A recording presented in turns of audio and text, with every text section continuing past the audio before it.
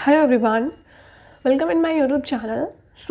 We were talking about word power made easy book. So we were learning and we are learning new vocabulary daily basis. So today we are going to talk about the new session of this book, where we are going to learn how to talk, how to understand the new good vocabulary words.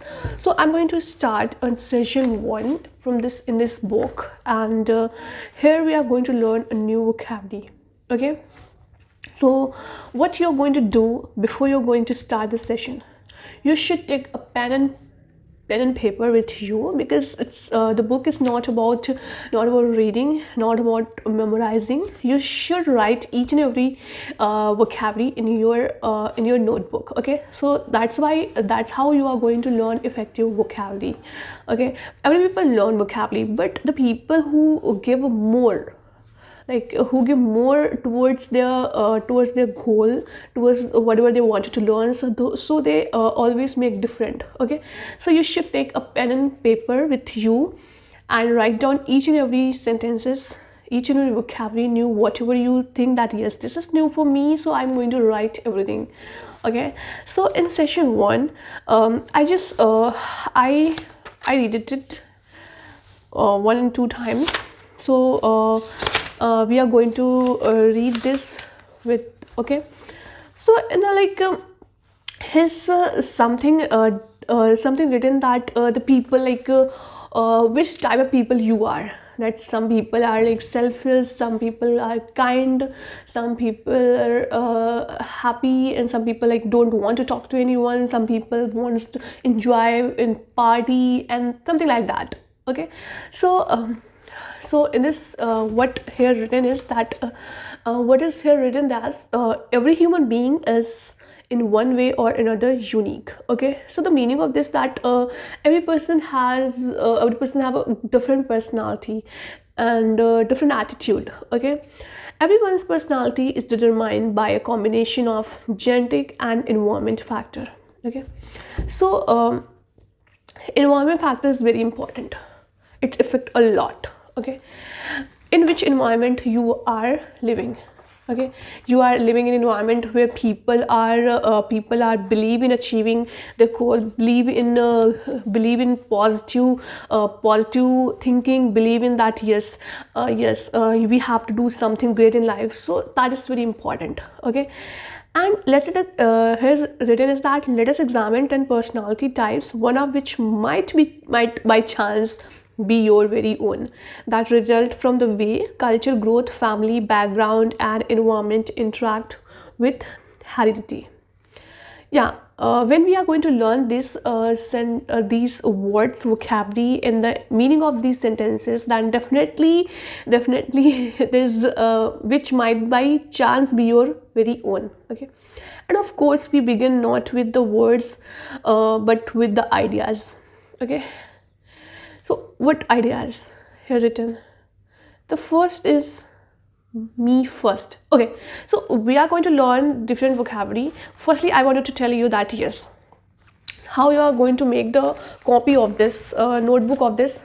I made this notebook where I written each and every important, that I know that yes, I'm going to forget this word, so I am going to write down each and every words in this copy, in this notebook. Okay, so I just put in here session 1, and here I write it down the date of this, in which day I just learned the meanings, the vocabulary, and this new session. And the chapter name is how to talk about personality types. Okay, you should write everything about here, and you should start from like 1, me first, and so this is like we are going to learn. So you should make a notebook like this, where you should write it on a session 1 date and chapter name, and the like yes, this is a very important and very different and very new vocabulary. You should like yes, this is a circle, like this, a rectangle, so it's like in a different color. Okay, so I write on this copy. Okay, different words I write on it, so we will going to understand everything things. Okay, okay, let's get started. Me first. Me first. Me first. What's the meaning of me first? Like I always wanted to see myself in every work, whatever. Okay, so let's understand the meaning of this me first. Your attitude to life is simple, direct, and above board. Every decision you make is based on the answer to one question: what's in it for me? What's in it for me? For example, there's something work is happening, and there's something new ideas, that there's something happening, and so you always have a question that what what's in it for me? If your selfishness, a greed, and ruthless desire for self advancement hurt other people, that's too bad. That the meaning of this, that yes, you always wanted to see yourself first, and that's why other people are hurting by your behavior, so that's too bad. You always wanted to make yourself happy always, without seeing that other people are hurting with your behavior, so that's not a good. Okay, this is a tough word, pal, dog eat dog, and all that, and I for one am not going to be left behind. So you always wanted to see yourselves happy, and you always wanted to yes, whatever it is for me. So that person called an egoist. So you should write down this new vocabulary in your notebook: an egoist. Okay, and the second is the height of conceit. So what the meaning of this? Now, let's see. Have you heard about all the money I'm making?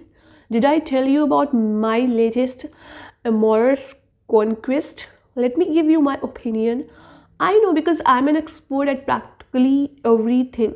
You are boastful to the point of being obnoxious. You have only one string to your conversational bow, namely yourself, and on it you play a number of monotonous variations: what you think, what you have done, how good you are, how you would solve the problem of the world, etc. So the meaning of this, the height of conceit, is that yes, you shall say yourself to the others, yes, I know, because I'm an expert at practically everything, and you should follow my opinion, that yes, what you have done, how good you are talking about it, how many achievements you have, and how good you are, and how you should solve the problem of the world. So these type of people are an egotist. You should write down this vocabulary in your notebook. And the third sentence is, let me help you. Okay, so you are going to understand, let me help you, the people who are always ready to help other people. Okay, so the meaning of this: you have discovered the secret of true happiness. Concerning yourselves with the welfare of others, never mind your own interests. How's the next fellow getting along? So this very simple, that you wanted to help others. So these type of people call an altruist.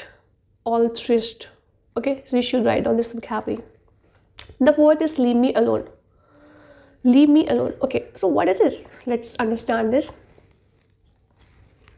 Like a biochemist studying a colony of bacteria under the microscope, you minutely examine your every thought, feelings, and actions, probing futile questions like, what do other people think of me? What do other people think of me? How do I look? And maybe I shouldn't have said that. Are your constant nagging companions, for you are unable to realize that other people do not spend as much time and energy analyzing you as you think. So this is very important sentences written here, that other people do not spend as much time and energy analyzing you as you think. People don't care about what you're doing, what you're thinking, how you're looking.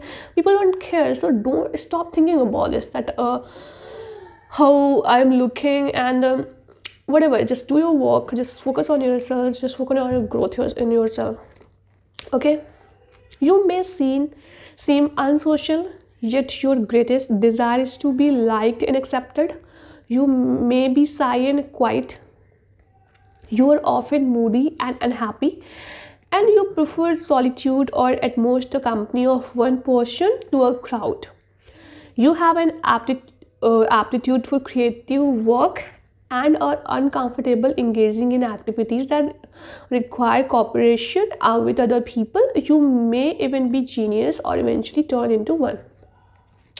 So the meaning of this paragraph is that yes, you have a talent, you want to talk to people sometimes, and but somehow you don't want to engage with other people, you don't want to talk to sometimes your friends, you don't want to engage in society, you don't want to participate in any activities, and you don't want to go in any party as well. Okay, so these type of people are like, they always busy in their own, they always want, they don't always want that if I'm going to do that, people are going to judge me, so they always have a confusion, they always have like something like that, they don't want to engage with other people. So these type of people called an introvert. Okay, and the fifth is, let's do it together. Okay, let's understand what is it. You would be great as a teacher, counselor, administrators, insurance agent. You can always become interested, sincerely, vitally interested in other people's problems. You are the life of the party because you never worry about the effect of your actions, never inhibit yourself with doubts about dignity or property. You are usually happy, journey full of high spirits. You love to be with people, lots of people. Your thoughts, your interests, your whole personality are turned outwards. So the meaning of this is opposite from this paragraph, that yes, you like to go party, you like to engage with new people, you want to talk to new people, and you're totally social person. Okay, so these type of people are called an extrovert. Okay, and the sixth is that neither extreme. So what the meaning of this, that you have both introverted and extroverted tendencies at different times and on different occasions. That you have like, whenever you want to, like, yes, I'm going to be introvert and I'm going to be extrovert, so you can change yourselves as like in the environment.